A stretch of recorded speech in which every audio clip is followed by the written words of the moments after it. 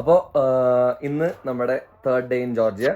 നമ്മളിപ്പോൾ ഉള്ളത് കസ്ബെഗിയിലാണ്. കസ്ബെഗിയിൽ ഞങ്ങളൊരു കോട്ടേജിലാണ് ഇന്നലെ നൈറ്റ് സ്റ്റേ ചെയ്തത്. നമ്മൾ ഇന്നലെ സ്ഥലത്തിൻ്റെ പേരൊക്കെ ഞാൻ മറന്നുപോയി.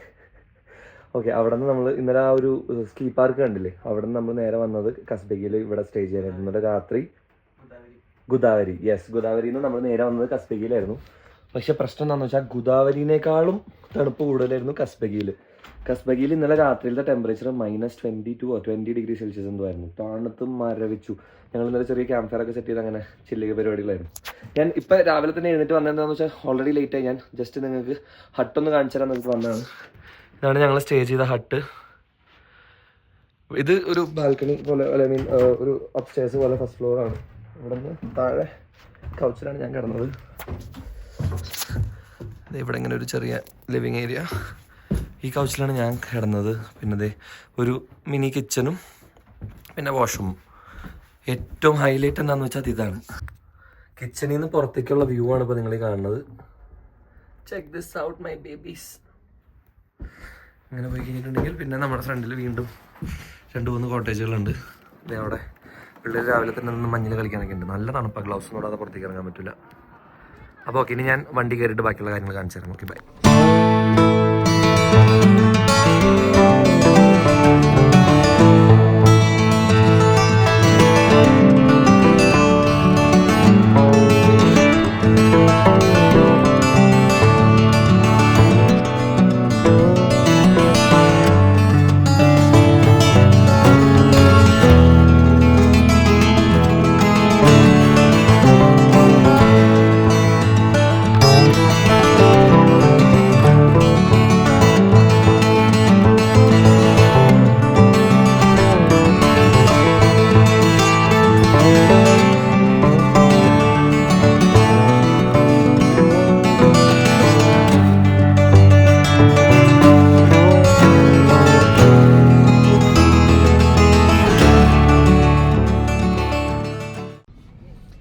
അങ്ങനെ നമ്മളിപ്പോൾ നമ്മുടെ ഓഫ് റോഡ് വണ്ടികൾ വന്നു. അതായത് രാവിലെ തന്നെ നമ്മൾ ഒരു ചേർച്ച് കാണാൻ പോവാം. ഇവിടെ നമ്മൾ ഇന്നലെ രാത്രി കണ്ട ഒരു മലയുടെ മുകളിൽ ഒരു ട്രിനിറ്റി ചേർച്ച് ഉണ്ട്.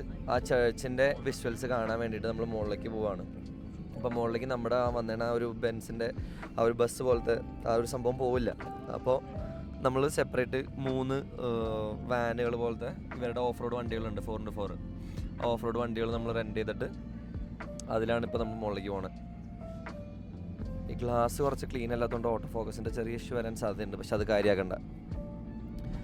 അങ്ങനെ ഇപ്പോൾ നമ്മൾ എനിക്ക് തോന്നുന്നു ഒരു 2-3 കിലോമീറ്റേഴ്സ് ഉണ്ടാവും മുകളിലേക്ക്. നമ്മുടെ 2 വണ്ടികൾ മുമ്പിലേ പോയി, ഞങ്ങളിതേ പിന്നാലെ പോവാം. സ്പെഷ്യാലിറ്റി എന്താണെന്ന് വെച്ചിട്ടുണ്ടെങ്കിൽ മൊത്തം ഐസാണ്, കംപ്ലീറ്റ് സ്നോ അല്ല, ഈ വഴി മുഴുവൻ റോഡ് ഫുള്ള് ഐസായി കിടക്കാണ്. അപ്പോൾ ടയർ എനിക്ക് തോന്നുന്നു സ്പെഷ്യലി മറ്റേ ഈ ഐസിന് വേണ്ടിയിട്ടുള്ള ടയേഴ്സാണ്. പിന്നെ ഇവിടെ എല്ലാം ഇവരുടെ പഴയ എഞ്ചിനുള്ള വണ്ടികളാണ്, അതുമല്ല 4x4 ആണ്. അപ്പോൾ എവിടെയെങ്കിലും ഒന്ന് തടയണ പോലെ വന്നു കഴിഞ്ഞിട്ടുണ്ടെങ്കിൽ ഓട്ടോമാറ്റിക്കായിട്ട് പുള്ളി നൈസായിട്ട് ഗിയർ ചേഞ്ച് ചെയ്ത് കയറും. ഇന്നലെ നമ്മൾ നിന്ന ആ ഒരു വാലിയുടെ ടോപ്പിൽ നിന്നുള്ള വിഷ്വൽസാണിത്. ഓഫ്, എൻ്റെ പൊന്നെ, ഇവിടെ നോക്കുമ്പോൾ വേറൊരു മൂഡാണ്. താഴെ നോക്കുമ്പോൾ നമുക്ക് ഇത്രയും മനസ്സിലാവില്ലായിരുന്നു. പൈൻ മരങ്ങളാണെന്ന് തോന്നുന്നു എനിക്ക് കണ്ടിട്ട്. ഓഫ്, എൻ്റെ പൊന്നോ, ഭയങ്കര വിഷ്വൽസ് ബാക്ക്ഗ്രൗണ്ടിൽ. എനിക്ക് ആക്ച്വലി സ്വിറ്റ്സർലൻഡിൻ്റെ നമ്മൾ ചില വീഡിയോസൊക്കെ കാണില്ലേ, അങ്ങനത്തെ ഒരു വിഷ്വലാണ് ഇവിടെ ഫീൽ ചെയ്യണത്. കാരണം നല്ല സ്നോ ആണ്, സൈഡിൽ ഫുള്ള് നല്ല തിക്കായിട്ടുള്ള നല്ല തിക്നെസ്സിലുള്ള സ്നോ ഉണ്ട്. അത് ഫ്രഷ് സ്നോ ഉണ്ട്. ടെമ്പറേച്ചറും നല്ല രീതിക്കുണ്ട്. അതിൻ്റെ കൂടെ ഈ സൺലൈറ്റും പിന്നെ ഈ പൈൻ മരങ്ങളും ബാക്ക്ഗ്രൗണ്ടിൽ ആ മലയിൽ വീണ്ടും മഞ്ഞിങ്ങനെ പെയ്തിറങ്ങുന്നത് കാണാനൊക്കെ എൻ്റെ പൊന്നോ വെറുതെ സീനാണ്. നല്ല സ്റ്റീപ്പായിട്ടുള്ള കയറ്റങ്ങളാട്ടോ, ചെറിയ കയറ്റങ്ങളൊന്നുമല്ല, നല്ല ഹെവി. പെട്ടെന്നാണ് എലിവേഷൻ എടുക്കുന്നത്. നമ്മളവിടെ താഴെ നിന്ന് കണ്ട ആ ഒരു വലിയ മലയുടെ മുകളിലേക്ക് നേരെ മറ്റേ ഹെയർ പിൻ കർവുകൾ വെച്ചിട്ട് നല്ല സ്റ്റീപ്പായിട്ടുള്ള എലിവേഷനാണ്. ഇപ്പോൾ നോക്കിക്കഴിഞ്ഞിട്ടുണ്ടെങ്കിൽ ഞാൻ നേരത്തെ കാണിച്ച വ്യൂവിനേക്കാളും ആ വീടിൻ്റെ ഒക്കെ വലിപ്പം ഭയങ്കരമായിട്ട് കുറഞ്ഞു. കണ്ടോ, ലിറ്ററൽ ഹെയർ പിൻസ് മാത്രമേ ഉള്ളൂ. ഒരു ഹെയർ പിന്നിൽ നിന്ന് അടുത്ത ഹെയർ പിന്നിലേക്ക് സ്റ്റീപ്പായിട്ടുള്ളൊരു എലിവേഷനിലുള്ള കയറ്റം. നോക്ക് മോനെ, സീന്. ഇവിടുത്തെ സ്പീഡ് ലിമിറ്റാണ് എഴുതി വെച്ചത്. 50 കിലോമീറ്റേഴ്സ് ആണോ 50 മൈൽസ് ആണോ എന്ന് എനിക്ക് ഐഡിയ ഇല്ല. പക്ഷേ നമ്മുടെ നാട്ടിൽ പ്രോപ്പർ ഹൈവേയിൽ, നാഷണൽ ഹൈവേയിൽ കാറുകൾക്ക് പോകുന്ന മാക്സിമം സ്പീഡ് 80 to 100 ആണ്. ഇവിടെ ഈ മഞ്ഞിൽ ഇവർ സ്പീഡ് ലിമിറ്റ് വെച്ചിട്ടുള്ളത് 50 ആണ്. Oh my god, that's pretty fast. 50 kilometre എന്ന് പറഞ്ഞാൽ നമ്മളിപ്പോൾ 40 കിലോമീറ്ററിലാണ്. നമ്മൾ അത്യാവശ്യം സ്പീഡിൽ തന്നെയാണ് പോണത്. പക്ഷെ ഭയങ്കര രസമായിരിക്കും ഇവിടെ ഡ്രൈവ് ചെയ്യാനായിട്ട്. എനിക്ക് ഈ വിഷ്വൽസ് കണ്ടിട്ട്, ഐ മീൻ പുള്ളി ഡ്രൈവ് ചെയ്യണ കണ്ടിട്ട് വണ്ടി ഓടിക്കാനായിട്ട് ചെറിയൊരു കൊതി തോന്നുന്നുണ്ട്. കാരണം മഞ്ഞിൽ ചെറുതായിട്ട് ഡ്രിഫ്റ്റൊക്കെ ചെയ്ത് നമ്മൾ മറ്റേ ഗോകാട്ടൊക്കെ ഓടിക്കണ പോലെ പോവാം.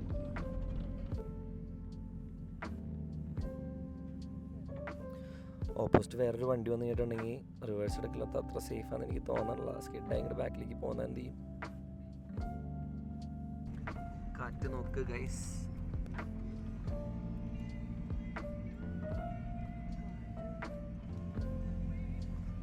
കണ്ണാണല്ല പോയി. ഓ ദൂരത്തെ ആ പള്ളി കാണാട്ടോ. പള്ളിയുടെ വിഷ്വൽസ് ഇത് ലോങ്ങിൽ മറ്റേ ഹാരി പോട്ടറിൻ്റെ നമ്മുടെ ഹോഗ്വാർട്സിൻ്റെ കോളേജ് നിൽക്കണ പോലെയാണ്. അപ്പോഴേക്കും മഞ്ഞ് നല്ല രീതിക്ക് കാറ്റടിച്ചിട്ട് നമ്മുടെ ഗ്ലാസ് അത്യാവശ്യം വൃത്തികേടായിട്ടുണ്ട്. എനിക്ക് ഈ ഗ്ലാസ്സിൽ മഞ്ഞില്ലായിരുന്നെങ്കിൽ വെറുതെ അടിപൊളി സാധനം കിട്ടിയാണ്. ഓ മൈ ഗോഡ്, വണ്ടി പോണോക്കി അങ്ങോട്ട്.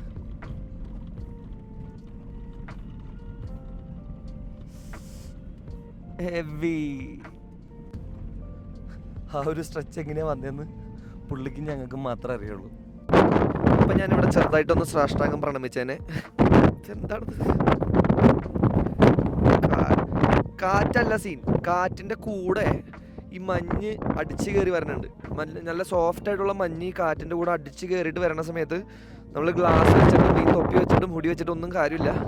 ഗ്ലാസിൻ്റെ ഇടയിൽ കൂടെ ഈ സാധനം അടിച്ച് കയറി വരാണ്. ഇങ്ങനെ കുറച്ച് ട്രക്ക് ചെയ്ത് മുകളിലേക്ക് കയറിയാലാണ് പള്ളിയുടെ മുൾഭാഗത്തുള്ളൂ നല്ല രീതിക്ക് കാറ്റ് പിടിക്കണ്ടല്ലേ. പക്ഷെ ഈ വ്യൂ ഒരു വ്യൂ തന്നെയാണ്.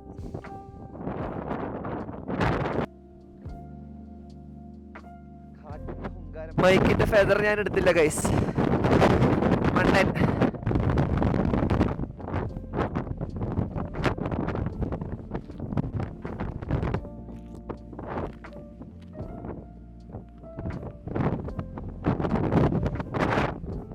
എൻ്റെ ഫോണിൽ എൻ്റെ കയ്യിൽ നിന്ന് പറന്നു പോകാനുള്ള എല്ലാ സാധ്യതകളും ഉണ്ട്. എൻ്റെ കൂടെയുള്ള ആൾക്കാർ മല കയറാൻ സ്ട്രഗിൾ ചെയ്യുന്ന വിഷ്വൽസാണ് നിങ്ങളിപ്പോൾ കണ്ടുകൊണ്ടിരിക്കുന്നത്.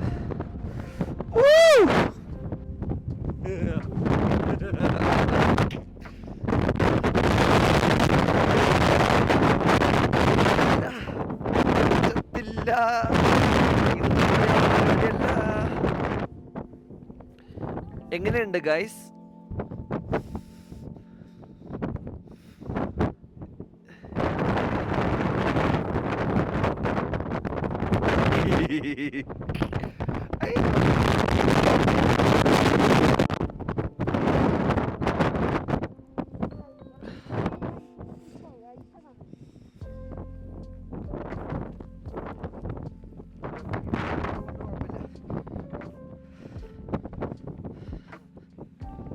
അയ്യോ,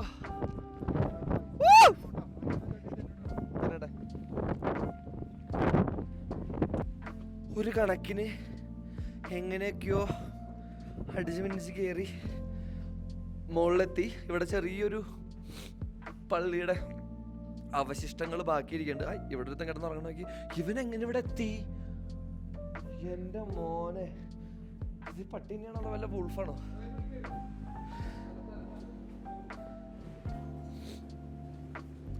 കാറ്റെന്ന് പറഞ്ഞാൽ ചെറിയ കാറ്റൊന്നുമല്ല.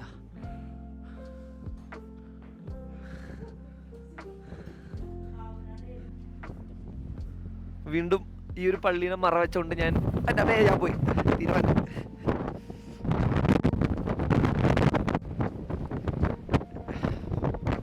എൻ്റെ ഫോൺ പറന്നു പോകാനുള്ള എല്ലാ സാധ്യതകളും ഞാൻ കാണുന്നുണ്ട്.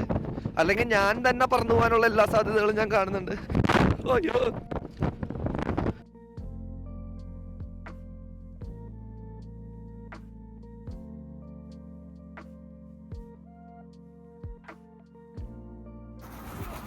അവിടെ താഴെ കാണുന്ന ഏതോ ഒരു കോട്ടേജിലാണ് നമ്മൾ ഇന്നലെ സ്റ്റേ ചെയ്തത്. എവിടെയാണെന്ന് വെച്ച് കഴിഞ്ഞാൽ എനിക്കൊരു ഐഡിയ ഇല്ല.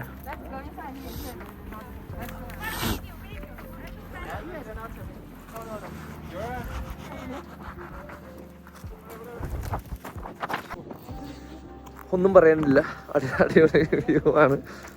മഞ്ഞ് കാരണം ഒന്നും ചെയ്യാൻ പറ്റില്ല. അതായത് ഇവിടുത്തെ കാറ്റ് മിനിമം എനിക്ക് നമ്മുടെ നാട്ടിലെ കൊടുങ്കാറ്റ് എന്ന് പറയുന്നതാണ് ഇവിടുത്തെ നോർമൽ കാറ്റ്. ഇതാണ് ആ പള്ളി, നമ്മൾ കാണാൻ വന്ന പള്ളി ഇതാണ്.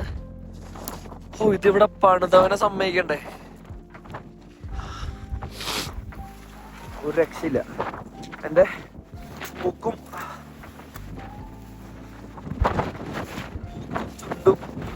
ചുണ്ടും കണ്ണും ഇനി ഒന്നിനും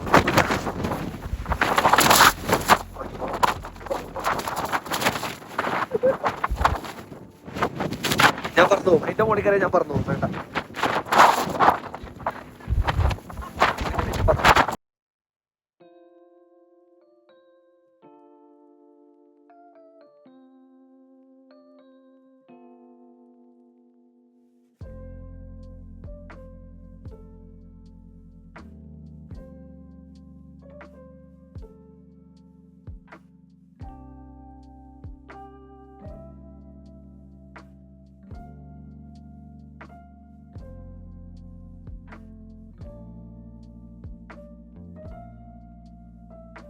സെയിൻറ്റ് നീനോ എന്ന് പറഞ്ഞിട്ട് കക്കയത്തിലൊരു പുണ്യവതിയുടെ ഒരു പള്ളിയുണ്ട്.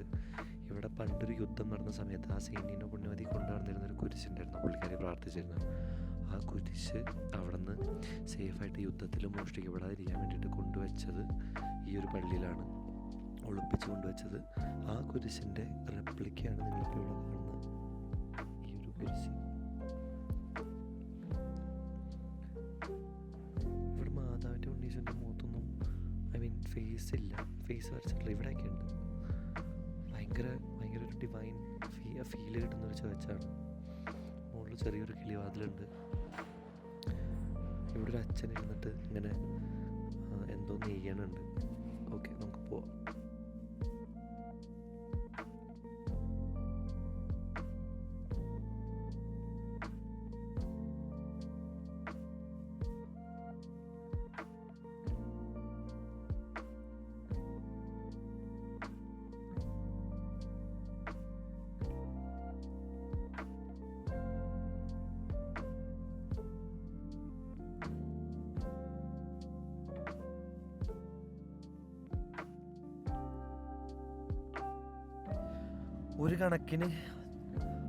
ഒരു കണക്കിന് ചാവാതെ അതിൻ്റെ അകത്ത് നിന്ന് ഇറങ്ങി വന്നു. നമ്മുടെ നാട്ടിൽ കൊടുങ്കാറ്റ് എന്ന് പറയുന്നത് നമ്മൾ പറയുന്ന സാധനമാണ് ഇവിടുത്തെ നോർമൽ കാറ്റ്.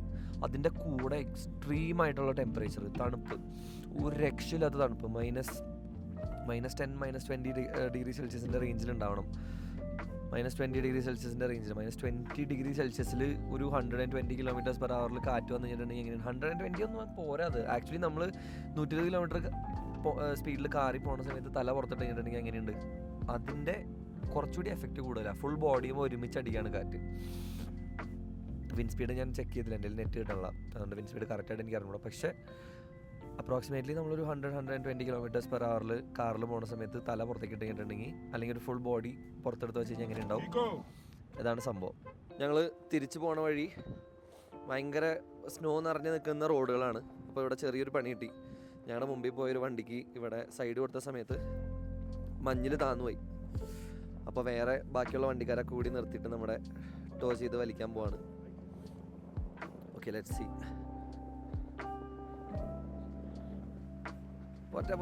പോട്ടെ. ഇത് മഴയാണോ അതോ മഞ്ഞാണോ എന്ന് പറയാൻ പറ്റാത്തൊരു ഫീലാട്ടോ.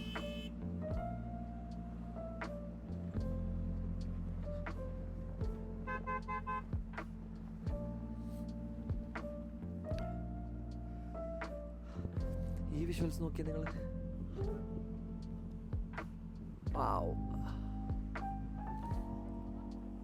സമ്മറിൽ വന്നിട്ടുണ്ടെങ്കിൽ ഇത് മുഴുവൻ മറ്റേ പോലെ പച്ചപ്പായിരിക്കണം, ഇത് മുഴുവൻ മരങ്ങളായിരിക്കണം.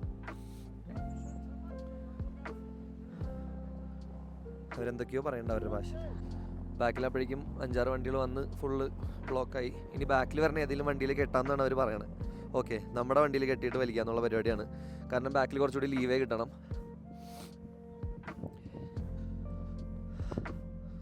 Okay, ready. കണ്ടോ അവരുടെ സൈഡ്, ഈ സൈഡ് മഞ്ഞിൽ നന്നായിട്ട് നന്നായിട്ട് താന്നു പോയി. അപ്പോൾ പുള്ളി ഒറ്റയ്ക്ക് വിചാരിച്ചിട്ട് നടക്കണില്ല. മഞ്ഞിൻ്റെ ഒരു പവർ നമ്മളിപ്പോൾ അറിയണേ. നമ്മുടെ വണ്ടിയുടെ ടയർ നല്ല രീതിക്ക് കിടന്ന് കറങ്ങുന്നുണ്ട്. അവനും കൂടി ശ്രമിക്കാതെ പറ്റില്ല അല്ലേ? അവനും കൂടി റിവേഴ്സ് പുൾ ചെയ്യാതെ പറ്റില്ല. Okay, nice nice nice nice nice. Yes, I think we are out of snow.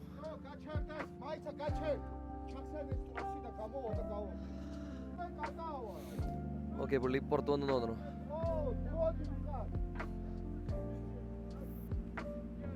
എന്തൊക്കെ ഈ കൊച്ചു കേരള തലച്ച, എന്തൊക്കെ ഈ കൊച്ചു ജോർജിയിൽ നടക്കുന്നേ. ഓക്കെ ഓക്കെ ഓക്കെ, അപ്പം ഞാൻ വണ്ടി കയറട്ടെ. ഓക്കെ ഗൈസ്, അപ്പോൾ see you later. ആ വണ്ടിയുടെ ടയേഴ്സ് നോക്കിയേ.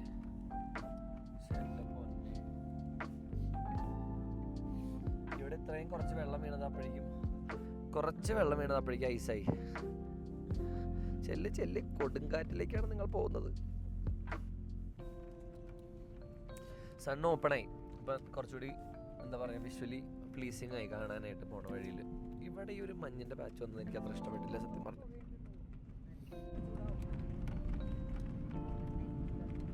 ദൂരെ ഇങ്ങനെ നിരയായി കാറുകൾ, ഓഫ് റോഡറുകൾ നിരയായി. മഞ്ഞടിച്ച് എനിക്ക് ഭ്രാന്തായി. എൻ്റെ അമ്മേ, തണുപ്പും കാറ്റും ഒക്കെ കൂടി. നൈസ്. വാവ്, ഈ വാലി നോക്കൂ. ഇനി ഈ വാലി നോക്കൂ. അതിൻ്റെ മുകളിൽ മഞ്ഞ് കെട്ടിക്കിടക്കുന്നു നോക്കൂ. അങ്ങോട്ട് നോക്കിയാലും മഞ്ഞ്, ഇങ്ങോട്ട് നോക്കിയാലും മഞ്ഞ്, ഇങ്ങോട്ട് നോക്കിയാലും മഞ്ഞ്. ഇവിടെ ഒന്നും മഞ്ഞ് മാഫിയല്ലേ. ഞാൻ ഹൈപ്പർ ആക്റ്റീവായി ഗൈസ്. ഓ വാവ്. മഞ്ഞ് നിറഞ്ഞ വീഥികളിലൂടെ ഞങ്ങൾ ഓഫ് റോഡുകളിലായി താഴെ വില്ലേജിലേക്ക് തിരിച്ചുള്ള യാത്രയിലാണ്. ഈ ഒരു അവസരത്തിൽ ഞാൻ ഓർക്കുന്നത് ജാസ്മിൻ ജാഫറിനെയാണ്.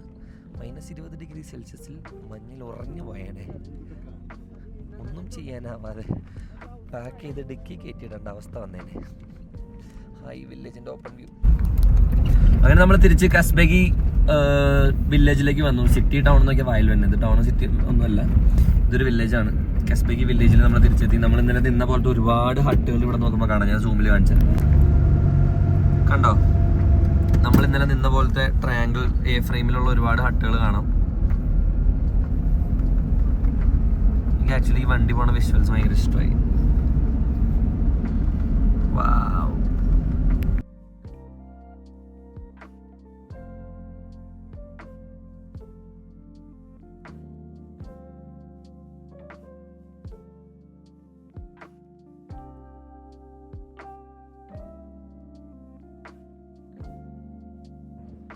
ഇപ്പം നിങ്ങൾ വിഷ്വൽസിൽ കാണുന്ന ആ ഒരു ഹൈറ്റിൽ നിന്നാണ് ഇപ്പം നമ്മൾ താഴത്തേക്ക് വന്നത്. അതാണ് ആ church, Trinity church. How was your trip? It was good. It was really good. Thank you so much. Good luck, bro. Thank you so much. Thank you.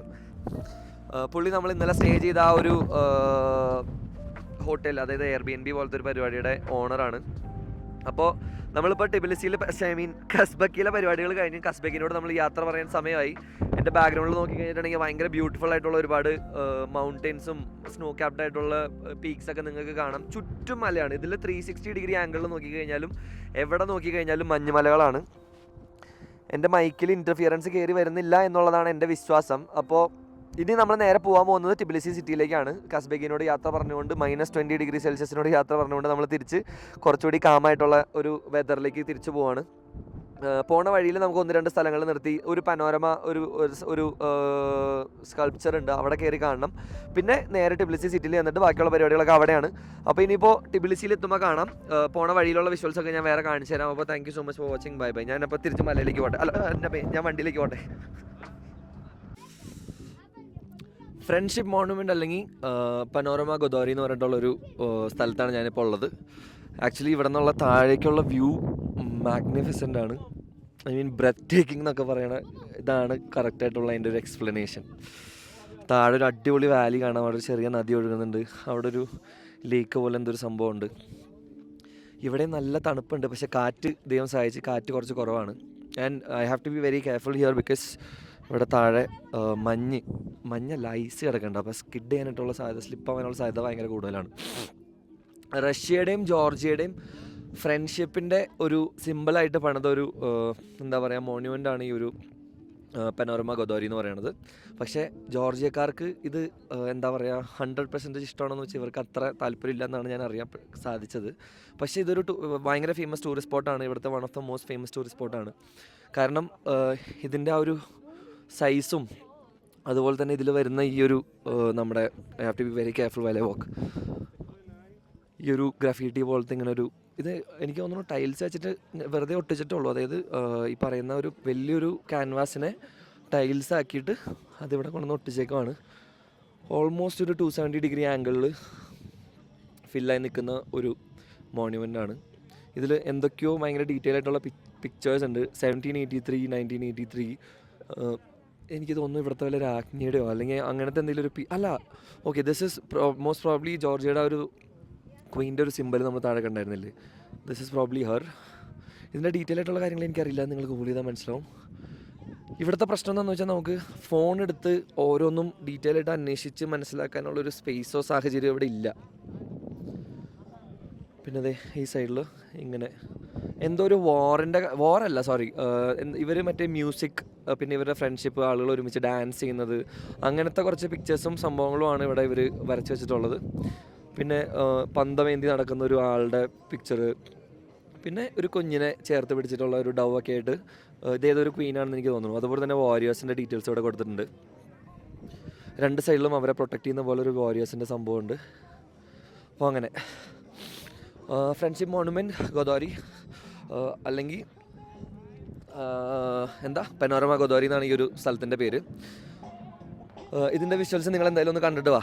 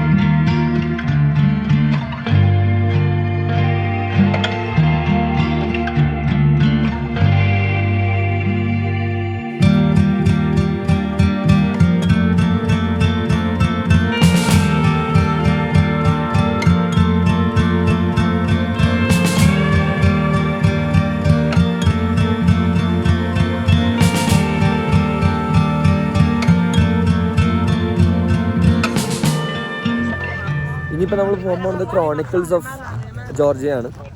അതും ഇവിടുത്തെ one of the main attractions ആണ്. ഇപ്പോൾ ചുറ്റും നോക്കി കഴിഞ്ഞിട്ടുണ്ടെങ്കിൽ അടിപൊളി snow cap mountains ആണ്. അതുപോലെ തന്നെ പരുന്ത് ദേ അവിടെ നമ്മുടെ മറ്റേ പരിപാടി പാരഗ്ലൈഡിങ്, ഹോഴ്സ് റൈഡിങ്ങും ഉണ്ട് ഇവിടെ. ഹോഴ്സ് റൈഡിങ് ഉണ്ട്. അങ്ങനെ ഇവിടെ കുറേ ഇതൊരു വാലിയിൽ ഈ ഒരു ഓപ്പൺ സ്പേസിൽ കുറേ ആക്ടിവിറ്റീസ് ഉണ്ട്. ഹോഴ്സ് റൈഡിങ് ഉണ്ട്, മറ്റേ സ്നോ മൊബൈൽ ഉണ്ട്, പിന്നെന്താ പാരഗ്ലൈഡിങ് ഉണ്ട്, സിപ്പ് ലൈൻ. അവിടെ നിന്ന് കയറി വരുന്ന സമയത്ത് കസ്ബേഗിൽ ഒരു സിപ്പ് ലൈൻ ഉണ്ടായിരുന്നു. ഇപ്പോൾ ഇവിടുത്തെ പ്രശ്നം എന്താണെന്ന് വെച്ചിട്ടുണ്ടെങ്കിൽ ഇവരുടെ കുറച്ച് ആഭ്യന്തര പ്രശ്നങ്ങൾ നടക്കുന്നത് കൊണ്ട് ഇവരുടെ പ്രൊട്ടസ്റ്റൊക്കെ നടക്കുന്നുണ്ട്. അതായത് യൂറോപ്യൻ യൂണിയനിൽ ചേരണോ വേണ്ടിയോ എന്നുള്ള ഒരു ഇവിടെ ഒരു രണ്ട് കൂട്ടരുണ്ട്. ഇപ്പോഴത്തെ ഗവൺമെൻറ് പ്രോ റഷ്യയാണ്. അപ്പോൾ അവർക്ക് യൂറോപ്യൻ യൂണിയനിൽ ചേരണമെന്ന് വലിയ ആഗ്രഹമില്ല. അതുകൊണ്ട് അതിൻ്റെ പേരിൽ ഇവിടെ നടക്കുന്ന കുറേ പ്രൊട്ടസ്റ്റും പരിപാടികളൊക്കെ ഉണ്ട്. അപ്പോൾ അതുകൊണ്ട് തന്നെ പല സ്ഥലങ്ങളിലും ഇങ്ങനെയുള്ള ആക്ടിവിറ്റീസ് കുറച്ച് ക്ലോസ്ഡ് ആണ്, എല്ലാം ഓപ്പൺ അല്ല. അങ്ങനത്തെ ഒരു ഇഷ്യൂ ഉണ്ട്. കുറേ ആളുകളൊക്കെ ഇവിടെ സാധാരണ ആക്ച്വലി രണ്ട് തരത്തിൽ നമുക്ക് പറയാം. ഒന്ന് പോസിറ്റീവാണ്, ഒന്ന് നെഗറ്റീവാണ്. പോസിറ്റീവ് എന്താണെന്ന് വെച്ചിട്ടുണ്ടെങ്കിൽ ഇവിടെ സാധാരണ വരുമ്പോൾ ഇത്രയും ക്രൗഡ് അല്ല എന്നാണ് പറയുന്നത്. ഭയങ്കര തിരക്കായിരിക്കും. അപ്പോൾ നമുക്ക് പ്രോപ്പറായിട്ട് ഷൂട്ട് ചെയ്യാനോ റെക്കോർഡ് ചെയ്യാനോ അല്ലെങ്കിൽ ഈ പറയുന്ന വിഷ്വൽസ് എടുക്കാനൊക്കെ കുറച്ച് ഡിഫിക്കൽട്ടായിരിക്കും. അത് തിരക്ക് കുറവാണെന്നുള്ളത് ആക്ച്വലി നല്ലൊരു കാര്യമാണ്. ഇപ്പോൾ വലിയ ഒട്ടും ബിസിയല്ല. അപ്പോൾ ഈ പറയുന്ന ആളുകൾ കുറഞ്ഞതുകൊണ്ട് ടൂറിസ്റ്റും കുറവാണ്. പക്ഷേ അറ്റ് ദ സെയിം ടൈം ആക്ടിവിറ്റീസും നമുക്ക് പ്രോപ്പറായിട്ട് എക്സ്പ്ലോർ ചെയ്യാൻ പറ്റില്ല. കാരണം കടകളും ഭൂരിഭാഗം സംഭവങ്ങളൊക്കെ ഈ സമയത്ത് ക്ലോസ്ഡ് ആണ്. അതാണ് നമുക്ക് കിട്ടിയൊരു നെഗറ്റീവായിട്ടുള്ളൊരു സാധനം. അപ്പോൾ അത്രേ ഉള്ളൂ. ഇനിയിപ്പോൾ നമുക്ക് ബാക്കി വണ്ടിയിലെത്തിയിട്ട് ബാക്കിയുള്ള വിശേഷങ്ങളൊക്കെ കാണാം. അപ്പോൾ എൻ്റെ അതേ പോണം, എൻ്റെ മുകളിൽ എവിടെയോ ഇപ്പോൾ ഒരു പുക പോയില്ല. അതേ പോണം പാരാഗ്ലൈഡർ. അപ്പോൾ സി യു ഗൈസ്. അപ്പോൾ ഇനി നേരെ തിരിച്ച് ടിബിലിസിലെത്തിയിട്ട് കാണാം. അതിന് മുമ്പ് എവിടെയെങ്കിലും നിർത്തുകയാണെങ്കിൽ ഞാൻ അതിൻ്റെ വിഷ്വൽസും കാണിച്ചു തരാം. C U guys later.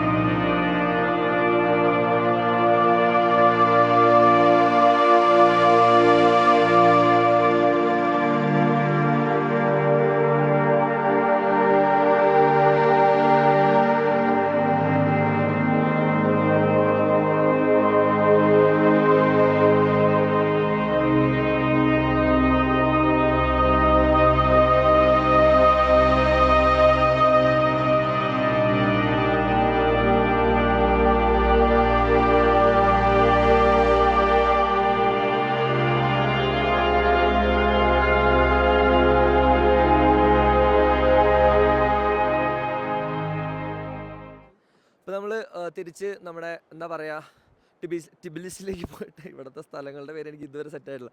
ടിബിലിസിലേക്ക് നമ്മൾ തിരിച്ചു പോകുന്ന വഴിയിൽ നമ്മൾ വേറൊരു സ്ഥലത്ത് നിർത്തേക്കുവാണ്. ഇതൊരു എന്താ പറയുക, ഒരു മാജിക്കൽ എന്ന് ഇവർ പറഞ്ഞു. അത്ര മാജിക്കൽ അല്ലെങ്കിലും കുറച്ച് ഇൻട്രസ്റ്റിംഗ് ആയിട്ടുള്ളൊരു സബ്ജക്റ്റാണ്. അരാഗ്വി എന്ന് പറഞ്ഞിട്ടൊരു നദിയുടെ ഒരു ചെറിയൊരു എന്താ പറയുക, പ്രകൃതിയുടെ ഒരു കരവിരുത് എന്നൊക്കെ പറയില്ല, അങ്ങനത്തെ ഒരു പരിപാടിയാണ്. ഇപ്പം നിങ്ങൾ നോക്കി കഴിഞ്ഞിട്ടുണ്ടെങ്കിൽ എൻ്റെ മുമ്പിൽ കാണുന്ന ഈ ഒരു റിവർ രണ്ട് സൈഡിൽ നിന്ന് വന്ന് ജോയിൻ ചെയ്യണ കാണാൻ പറ്റും നിങ്ങൾക്ക്. കണ്ടോ? ഇതിൽ ആ സൈഡിൽ ഫാർ സൈഡിൽ നിന്ന് വരുന്നത്, റൈറ്റ് സൈഡിൽ നിന്ന് വരുന്നത് ബ്ലാക്ക് വെള്ളവും ലെഫ്റ്റ് സൈഡിൽ നിന്ന് വരുന്നത് വൈറ്റ് വെള്ളമാണ്.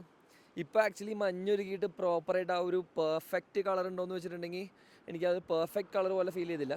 പക്ഷേ ഇത് ഈ പിക്ചറിൽ കാണുന്ന പോലെയാണ് നോർമലി. ഇതിവിടുത്തെ ഭയങ്കര വേറൊരു ഫേമസ് എന്താ പറയുക, ആളുകൾ തിരിച്ചു പോകുന്ന വഴിയൊക്കെ നിർത്തി കാണുന്ന ഒരു ഫേമസ് സ്പോട്ടാണ്. രണ്ട് വാലിയുടെ ഒത്ത നടുക്ക് അരാഗ്വി എന്ന് പറയുന്ന ഒരു നദി, black and white magical joining, black and white river joining എന്നാണ് ഈ സ്ഥലത്തിൻ്റെ പേര്. എന്നിട്ട് ഇത് രണ്ടും കൂടി ഒരുമിച്ച് ഇപ്പോൾ ഇതിൽ ഇങ്ങനെ നോക്കുമ്പോൾ നമുക്ക് ചെറിയൊരു കളർ വ്യത്യാസം കാണാൻ പറ്റും.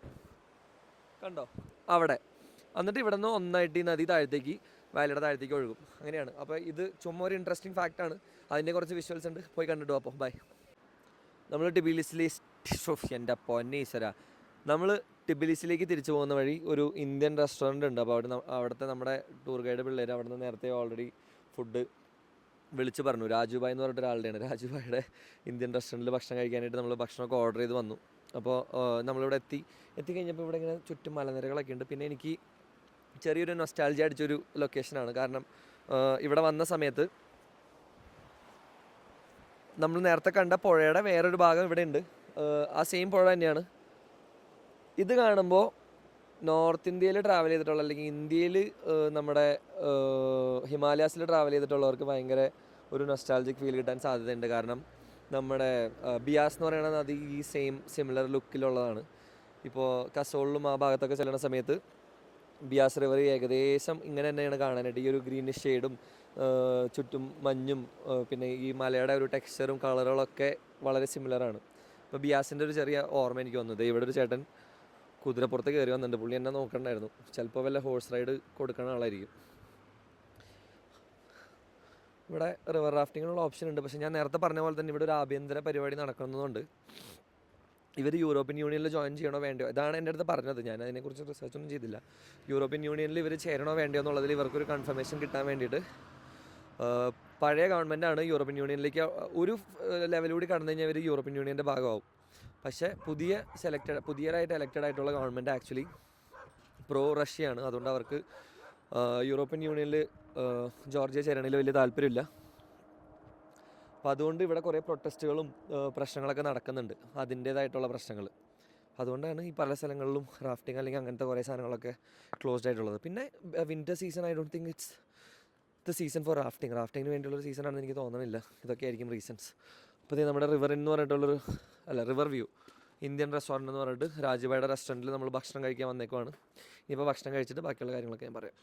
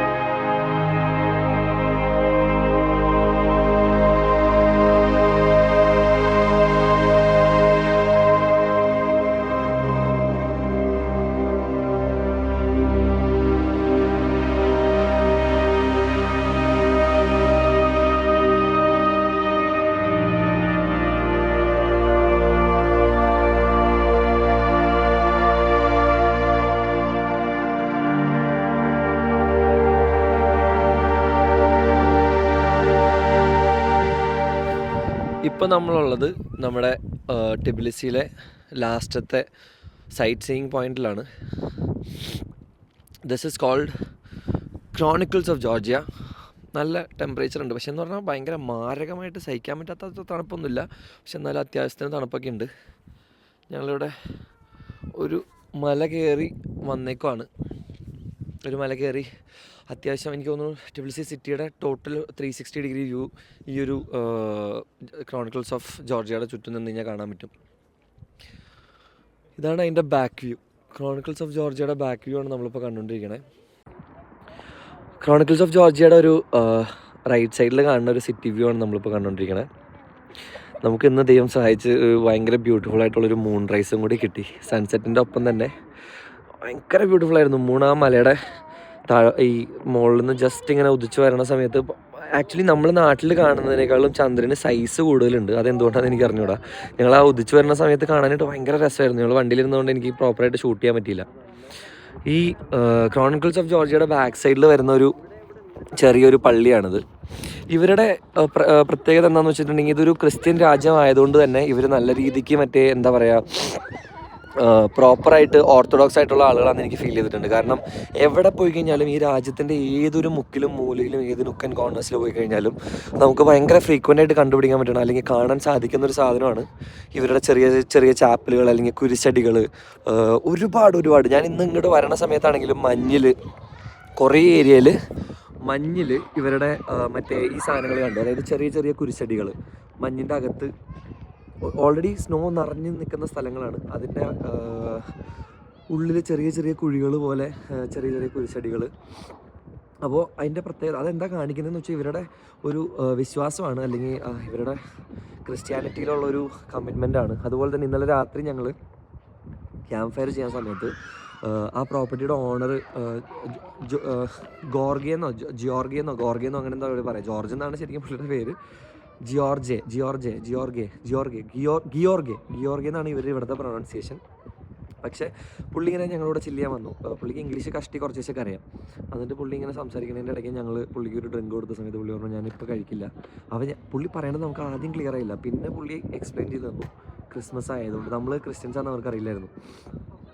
ക്രിസ്മസ് ആയതുകൊണ്ട് 25 നോമ്പ് എടുത്തതുകൊണ്ട് അവർ ഈ മാസം, പുള്ളിക്ക് ഡ്രിങ്കിങ് ഭയങ്കര ഇഷ്ടമാണ്, പക്ഷേ ഈ മാസം അവർ പ്രോപ്പറായിട്ട് നോമ്പ് നോക്കും. അപ്പോൾ അങ്ങനെയൊക്കെ പറയുന്ന സമയത്ത് ഞാൻ ആലോചിച്ചെന്താണെന്ന് വെച്ചിട്ടുണ്ടെങ്കിൽ നമ്മുടെ നാട്ടിലും ക്രിസ്ത്യാനികൾ ഇഷ്ടം പോലെ ഉണ്ടെങ്കിലും ക്രിസ്മസിന് ഞാനടക്കം ഉള്ള ക്രിസ്ത്യാനികളൊന്നും അങ്ങനെ ഒരുപാട് പേരൊന്നും നോമ്പ് നോക്കണമെന്ന് ഞാൻ കണ്ടിട്ടില്ല. അത്രയും ഡെഡിക്കേഷനും അത്രയും ഒരു ഇമ്പോർട്ടൻസും നമ്മൾ ഇങ്ങനത്തെ കാര്യങ്ങൾക്കൊക്കെ ഇന്നത്തെ കാലത്ത് കൊടുക്കൽ കുറവാണ്. പണ്ടൊക്കെ ഞാൻ നോമ്പ് നോക്കുമായിരുന്നു. അപ്പോൾ ഈ രാജ്യത്തിൻ്റെ ഏറ്റവും വലിയൊരു സ്പെഷ്യാലിറ്റി ആയിട്ട് ഫീൽ ചെയ്തതാണ് ഇവർ ക്രിസ്ത്യൻസുമാണ്, ക്രിസ്ത്യാനിറ്റീനെ സെലിബ്രേറ്റ് ചെയ്യുന്നവരാണ്. ഇപ്പം നമ്മൾ ഇന്ന് രാവിലെ പോയ ആ ഒരു ചേർച്ച് തന്നെ എക്സാമ്പിൾ, അല്ലെങ്കിൽ ട്രിനിറ്റി ചേർച്ച്, അത് ആ മലയുടെ മുകളിൽ അവർ സീക്രട്ടായിട്ട് എത്രയോ നൂറ്റാണ്ടുകൾ മുമ്പ് അല്ലെങ്കിൽ എത്രയോ വർഷങ്ങൾക്ക് മുമ്പ് പണിത് വെച്ചിട്ടുള്ളൊരു ചേർച്ചാണ്. അപ്പോൾ നമ്മളിവിടെ കാണുന്ന ഭൂരിഭാഗം സാധനങ്ങളും ക്രിസ്ത്യാനിറ്റിയായിട്ട് ഭയങ്കര ബന്ധമുള്ള കാര്യങ്ങളാണ്. ഇതൊന്നും എടുത്ത് പറയേണ്ട ആവശ്യമില്ല. പ്രത്യേകിച്ച് എനിക്കൊരു കൗതുകം തോന്നിക്കഴിഞ്ഞപ്പോൾ ഞാൻ ഒന്ന് ജസ്റ്റ് സൂചിപ്പിച്ചതന്നേ ഉള്ളൂ. ഇതാണ് ക്രോണിക്കിൾസ് ഓഫ് ജോർജിയയുടെ വേറൊരു സൈഡ് വ്യൂ. ഈ സൈഡിലും വരുന്നത് ഒരു സിറ്റി വ്യൂ ആണ്. പിന്നെ അതുപോലെ തന്നെ ഇവിടെ ഒരു ലേക്കും കാണാം. ഇവിടെ ഒരു ലേക്കും കാണാം. വിൻഡിൻ്റെ ഇൻ്റർഫിയറൻസ് നല്ല രീതിക്ക് ഉണ്ടാവാനുള്ള എല്ലാ സാധ്യതകളും ഞാൻ കാണുന്നുണ്ട്. ഈ ലേക്ക് ബിൽഡ് ചെയ്തത് എന്തിനാണെന്ന് ഞാൻ ചോദിച്ചപ്പോൾ ഇവർ പറഞ്ഞെന്താണെന്ന് വെച്ചാൽ ഇതൊരു മാൻമെയ്ഡ് ലേക്കാണ്.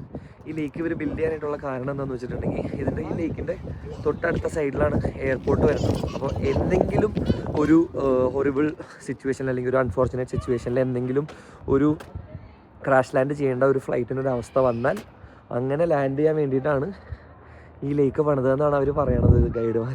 സത്യമാണെന്ന് എനിക്ക് അറിഞ്ഞൂടാ, പക്ഷേ let's hope that is true. കാരണം ആക്ച്വലി ദാറ്റ് മേക്ക് സെൻസ്. കാരണം ഇവിടെ വേറൊരു പ്ലെയിൻ ആയിട്ടുള്ളൊരു ടെറൈൻ കിട്ടാൻ ഭയങ്കര ബുദ്ധിമുട്ടാണ്. ചുറ്റും എവിടെ നോക്കി കഴിഞ്ഞാലും മലകളും അല്ലെങ്കിൽ പിന്നെ ഉള്ളത് ഫുള്ള് ബിൽഡിങ്ങുകളും സിറ്റിയുമാണ്. അപ്പോൾ അങ്ങനെ ഒരു ഇഷ്യൂ വന്നിട്ടുണ്ടെങ്കിൽ ലാൻഡ് ചെയ്യാനായിട്ട് അവർക്ക് എന്തായാലും ഒരു പ്ലെയിൻ സർഫസ് കിട്ടണമെങ്കിൽ ഏറ്റവും സേഫസ്റ്റ് ലാൻഡിങ് വാട്ടർ ലാൻഡിങ് ആണെന്ന് ഞാൻ പറഞ്ഞു കേട്ടിട്ടുണ്ട്. സോ ഐ മീൻ സേഫസ്റ്റ് എന്ന് ഉദ്ദേശിച്ച് കഴിഞ്ഞാൽ ക്രാഷ് ലാൻഡ് ചെയ്യുന്ന സമയത്ത് you would rather land on water than land എന്ന് പറഞ്ഞ് കേട്ടിട്ടുണ്ട്. I don't know if that's true. അപ്പോൾ ഇതൊക്കെയാണ് ഇവിടുത്തെ വിശേഷങ്ങൾ. അപ്പോൾ see you guys later. Chronicles of ജോർജിയയുടെ പിന്നിലുള്ള കഥ എന്താണെന്ന് ഞാൻ പറഞ്ഞത്. കഥ ഇൻ ദ സെൻസ് ഇതിൻ്റെ what was this build for. Georgia എന്ന് പറയുന്ന രാജ്യത്തിൻ്റെ 3000th ആനിവേഴ്സറിയുടെ ഭാഗമായിട്ടാണ് 2010 മറ്റുമാണ് ഇവർ ഈ ഒരു സ്ട്രക്ചർ ഒരു ആർട്ട് വർക്ക് എന്ന പോലെ അല്ലെങ്കിൽ ഒരു എന്താ ഗ്രാൻഡ് സെലിബ്രേഷൻ എന്ന പോലെ ബിൽഡ് ചെയ്തൊരു സ്ട്രക്ചറാണ് ഈ ക്രോണിക്കിൾസ് ഓഫ് ജോർജിയ എന്ന് പറയുന്നത്. ഇത് ഭയങ്കര രസമുള്ളൊരു പരിപാടി ഉണ്ട് ഇതിൽ. കാരണം എന്താണെന്ന് വെച്ചിട്ടുണ്ടെങ്കിൽ ഇവിടുത്തെ രാജ്യത്തിൻ്റെ ഒരു സംഭവമാണ് ഇതിൽ അവർ ബേസിക്കലി കാണിച്ചിട്ടുള്ളത്. ഇതിൽ ഏറ്റവും മുകളിൽ കാണുന്ന ഈ ഒരു ലെയറിൽ കാണുന്നത് കോമൺ പീപ്പിളാണ്, ജനങ്ങൾ, നമ്മുടെ സാധാരണക്കാരായിട്ടുള്ള ജനങ്ങൾ. അതായത് ഈ രാജ്യത്തെ ഏറ്റവും കൂടുതൽ ഇമ്പോർട്ടൻസ് അവർ കൊടുക്കുന്നത് സാധാരണക്കാരായിട്ടുള്ള ജനങ്ങൾക്കാണെന്നുള്ളതിനെ സൂചിപ്പിക്കുന്നതാണ് ഇതിലെ ഏറ്റവും ടോപ്പ് ലെയറിലുള്ള ആ ഒരു ഈ ഒരു ലെവലിൽ വരുന്നത്. അതിലിപ്പോൾ ഞാനിങ്ങനെ നോക്കിക്കഴിഞ്ഞാൽ എനിക്ക് ബേസിക്കലി കാണാൻ പറ്റുന്നത് ഇപ്പോൾ മറ്റേ ഫാമിങ് ചെയ്യുന്നവരും അങ്ങനെ ഓരോ പരിപാടികൾ ചെയ്യുന്ന കോമൺ ആയിട്ടുള്ള ജനങ്ങളെയാണ് അതിൽ ഏറ്റവും ടോപ്പ് ലെയറിൽ കാണുന്നത്. രണ്ടാമത്തെ ലെയറിൽ വരുന്നത് രാജാക്കന്മാരോ, അതായത് ഈ ഒരു ലെവലിൽ വരുന്നത് നമ്മുടെ രാജാക്കന്മാർ, ഗവൺമെൻറ് ഒഫീഷ്യൽസ്, അങ്ങനെ ഇവരുടെ ഹിസ്റ്ററിയിലുള്ള അങ്ങനത്തെ ആളുകൾക്കാണ് രണ്ടാമത്തെ പ്ലേസ്മെൻറ്റ് വരുന്നത്. ആൻഡ് ലോവർ ലെവലിൽ വരുന്നത് മൊത്തം ദൈവം, അതായത് ഈശോ, മാതാവ്, അതായത് ഇവരുടെ ക്രിസ്ത്യൻ വിശ്വാസം അനുസരിച്ചിട്ടുള്ള ബാക്കിയെല്ലാ ദൈവം അങ്ങനെയുള്ള കോൺസെപ്റ്റുകളെല്ലാം വരുന്നത് താഴെയാണ്. പിന്നെ ഇതിൻ്റെ ഏറ്റവും ഗ്രൗണ്ട് ലെയറിൽ നമുക്ക് കാണാൻ പറ്റുന്നത് എന്താണെന്ന് വെച്ചിട്ടുണ്ടെങ്കിൽ നമ്മളിങ്ങനെ ചുറ്റും നടന്ന് കണ്ടിട്ടുണ്ടെങ്കിൽ അന്ത്യത്താഴത്തിൻ്റെ സമയത്ത് ഈശോ ശിഷ്യന്മാരുടെ കാലുകൾ കഴുകി മുത്തിയതിൻ്റെ ഓർമ്മ, അതുപോലെ തന്നെ എനിക്ക് തോന്നുന്നു ഇത് വെള്ളം മീഞ്ഞാക്കിയതിൻ്റെ ആണെന്ന് ഇതെനിക്ക് തോന്നുന്നു. ബൈബിളിലെ ഓരോ സ്റ്റോറികളാണ്, അതായത് ഈശോൻ്റെ ഓരോ അത്ഭുതങ്ങൾ അല്ലെങ്കിൽ ഓരോ കഥകളെ ബൈബിളിൽ പരാമർശിച്ചിട്ടുള്ള കാര്യങ്ങളാണ് സ്കൾപ്ചേഴ്സായിട്ട് ഇവർ ഈ ഒരു ബിൽഡിങ്ങിൻ്റെ ചുറ്റും കൊത്തി തീർത്തിട്ടുള്ളത്. ഇതൊക്കെയാണ് ക്രോണിക്കിൾസ് ഓഫ് ജോർജിയയുടെ കഥകൾ. സോ ഇനിയിപ്പോൾ നമുക്ക് കുറേ നേരം കഴിഞ്ഞിട്ട് ഞാൻ വണ്ടിയിലൊക്കെ എത്തി പതുക്കെ പരിപാടികളൊക്കെ ചെയ്ത് എൻ്റെ ഫോണിൻ്റെ മെമ്മറിയും ഓൾമോസ്റ്റ് ഫുൾ ആവാറായി. നടക്കുന്ന സമയത്ത് എന്തോ ഒച്ചയൊക്കെ കേൾക്കുന്നുണ്ട്. അപ്പോൾ thank you so much for watching. I will see you guys later. Bye. ഫോട്ടോസിലൊക്കെ കാണുന്ന സമയത്ത് ഇതിനൊന്നും അത്ര സൈസ് തോന്നില്ല എന്നൊരു തെറ്റിദ്ധാരണ ഉണ്ടെങ്കിൽ ഇതാണ് ഇതിൻ്റെ size compared to average human being. It's huge. ഭയങ്കര ഹൈറ്റിലാണ് നിൽക്കുന്നത്. എന്ത് വെച്ചാൽ ഉണ്ടാക്കിയിട്ടുള്ളത് എനിക്ക് വലിയ ഐഡിയ ഇല്ല. ഇതിൻ്റെ നടുക്ക് വരുന്നത് എനിക്ക് തോന്നുന്നു കോൺക്രീറ്റ് തന്നെ ആയിരിക്കും. വന്നിട്ട് പുറത്ത് കല്ലിൽ കൊത്തിയിട്ടുള്ള രീതിയിലാണ് ചെയ്തിട്ടുള്ളത്. ഓക്കെ, ഞാൻ കല്ലിൽ കൊത്തിയത് എന്നെനിക്ക് തോന്നിയത് തെറ്റാണ്. ഇത് ആക്ച്വലി കല്ലിൽ കൊത്തിയതല്ല. തൊട്ട് നോക്കിയപ്പോഴാണ് ഇതിൻ്റെ സംഭവം മനസ്സിലായത്. മെറ്റലാണ് സംഭവം. എന്ത് മെറ്റലാണ്? ബ്രാസ് പോലത്തെ എന്തോ മെറ്റലാണ്. അതായത് തുരുമ്പൊന്നും പിടിക്കാൻ പാടില്ലാത്ത ആവണമല്ലോ. അപ്പോൾ അങ്ങനത്തെ എന്തോ ഒരു മെറ്റലാണ് ഇതിൻ്റെ ഔട്ടർ കവർ ചെയ്തത്. ഞാൻ എൻ്റെ ജീവിതത്തിൽ കണ്ടിട്ടുള്ള ലോങ്ങസ്റ്റ് എസ്കലേറ്ററാണിത്. നല്ല ലോങ് ഉണ്ട്. എൻ്റെ മുന്നേ 20 സെക്കൻഡായി ഞാൻ എസ്കലേറ്ററിൽ കയറിയിട്ട് ഇതുവരെ താഴ്ത്തെത്തിയിട്ടില്ല.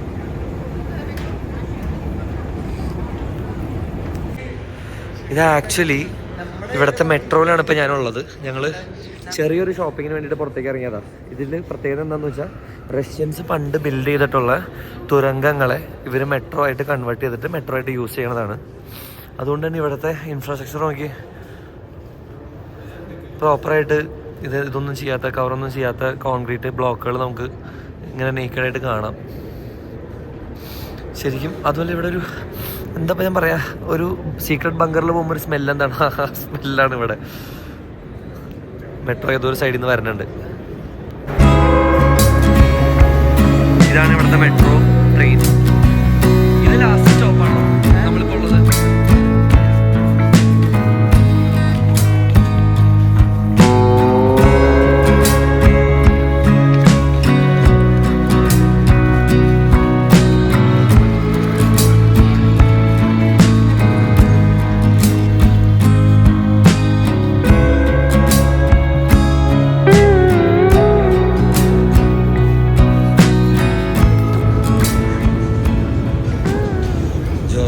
നമ്മളെ ഷോപ്പിംഗ് ഒക്കെ കഴിഞ്ഞ് നമ്മൾ മെട്രോ സ്റ്റേഷനിൽ തിരിച്ചു പോകുന്ന എസ്കലേറ്ററാണ്.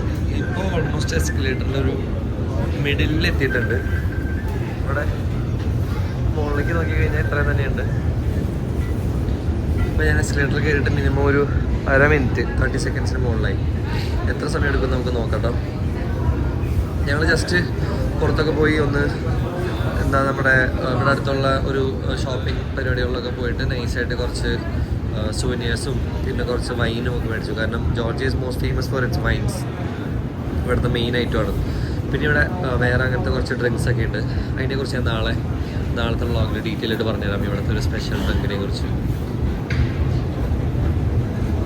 ഇതിപ്പോൾ നമുക്ക് വർക്കട്ടിലി ആണോ അക്മട്ടിലി ആണോ അല്ല വാക്കട്ടിലേക്കാണ് നമുക്ക് പോകാനുള്ളത്. ലാസ്റ്റ് സ്റ്റേഷനിലാണ് പറഞ്ഞത്. ഇപ്പോൾ ഓൾമോസ്റ്റ് ഒരു 1.5 മിനിറ്റിൻ്റെ അടുത്തായി ഞാൻ ഈ എസ്കലേറ്ററിൽ കയറിയിട്ടോ. അതും നല്ല സ്പീഡിലാണ് പോകുന്നത്. സൈഡിലെ കമ്പാരിസൺ വെച്ച് നോക്കി കഴിഞ്ഞാൽ അറിയാം അത്യാവശ്യം നമ്മുടെ നാട്ടിനേക്കാളും നല്ല ഫാസ്റ്റായിട്ടാണ് എസ്കലേറ്റർ പോകുന്നത്. പക്ഷെ എന്നാലും ഇത്രയും സമയമെടുക്കും. ഓൾമോസ്റ്റ് ഇപ്പോൾ ഈ വീഡിയോ തന്നെ ഒരു 1 മിനിറ്റ് 15 സെക്കൻഡ്സിൻ്റെ അടുത്ത് 1 മിനിറ്റ് 20 സെക്കൻഡ്സിൻ്റെ അടുത്തായി. മെട്രോ വരുന്നുണ്ട്. ഇപ്പം നോക്കിക്കോട്ടെ സ്പീഡ് എത്രയുണ്ടെന്നുള്ളത് അതിൻ്റെ ഇവിടെ നമുക്ക് പറയാം കേട്ടോ. ലിബർട്ടി എന്ന് പറയുന്നത് ഇവിടുത്തെ ഒരു സ്റ്റേഷനിലാണ് നമ്മളിപ്പോൾ ഉള്ളത്. നമുക്ക് ഈ മെട്രോ ആണോ? അല്ല, നമുക്ക് ഈ സൈഡിലേക്കാണ് പോകുന്നത്. ഓരോ സ്റ്റേഷനും ഓരോ ടൈപ്പാണ് ആക്ച്വലി. നമ്മൾ മറ്റേ സിനിമയിലൊക്കെ കാണുന്ന പോലത്തെ മെട്രോ. ഇവിടെ നമ്മുടെ കറക്റ്റായിട്ടുള്ള ബുദ്ധി കാരണം ഞങ്ങൾ സ്റ്റേഷൻ മാറിയിട്ട് ഓപ്പോസിറ്റ് ഡയറക്ഷനിലാണ് ഇത്രയും നേരം ട്രാവൽ ചെയ്തുകൊണ്ടിരുന്നത്. ഇനിയിപ്പോൾ നേരെ തിരിച്ച് മറ്റേ ഡയറക്ഷനിലേക്ക് പോകണം. കുഴപ്പമില്ല, നമുക്ക് വേറൊരു മെട്രോ സ്റ്റേഷനും കൂടി കാണാനുള്ളൊരു അവസരം കിട്ടി.